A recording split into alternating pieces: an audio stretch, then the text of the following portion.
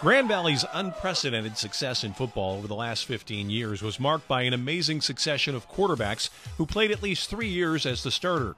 Two-sport star Jeff Fox was a Harlan Hill finalist and was followed by Kurt Ains, the first and only Laker to be named the nation's top Division II player. After Ains, it was Cullen Finnerty, who engineered 52 victories in a 4-year span, followed by Brad Ichek, who took his team to one national championship game and another semifinal.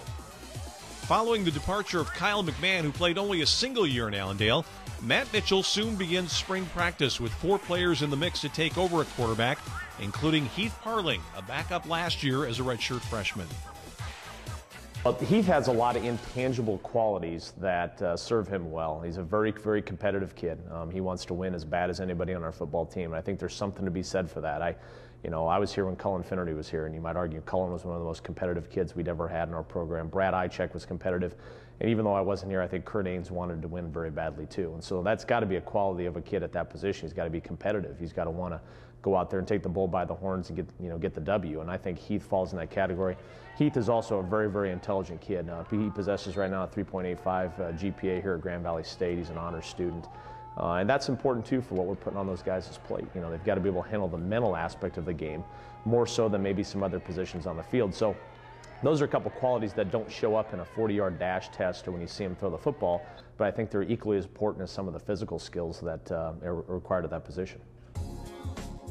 While Mitchell will be keeping an eye on his signal callers, offensive coordinator Eric Kaler is the man whose voice those players will be hearing in their sleep.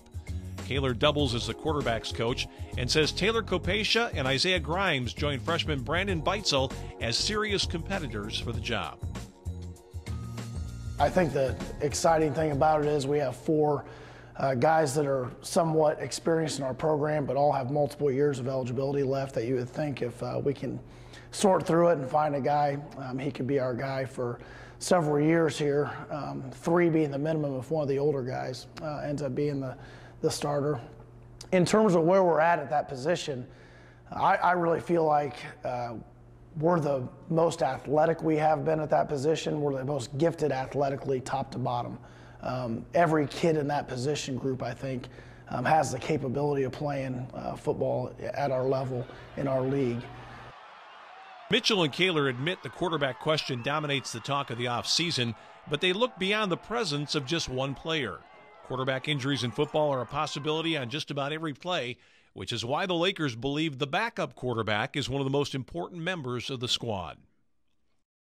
I really believe you have to, within that position group, educate the kids and sell them on how important being the backup quarterback at Grand Valley is. That person in your program is maybe in some cases greater than a position group where the kid's a 3rd guy, but the offensive line plays 5 players. We definitely try to promote team atmosphere. We talk a lot about caring about the guy in the locker next to you more than you care about yourself. And it takes an unselfish attitude, and it takes some inner strength and some character to do that. And I really think that's just based more on who the kid is, his upbringing and stuff like that, how they handle that position than maybe anything we do. It's more about who he is as a person, being able to handle that, because it is a difficult situation. Even though depth in football is critical for any team, a backup quarterback is likely to see less time than a backup player at any other position. Mitchell says that's a bit unfair, but cites the case of Cullen Finnerty's longtime backup, Jeff Dock, as the perfect example of how valuable the second quarterback can be.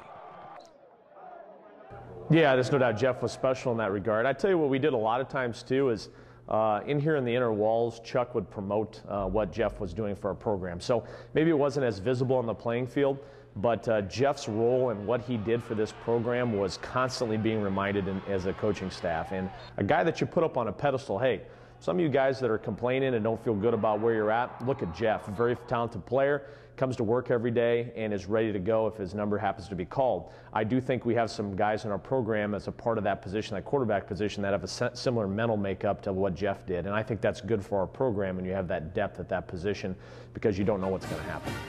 So while Parling's experience may give him a slight edge entering the spring, it may not be until a few days before the season starts that the Lakers officially name a quarterback starter. And when they do, the name listed just below that player will be one whose presence on the 2011 team shouldn't be overlooked. For the Grand Valley State Sports Report, I'm Tom Cleary.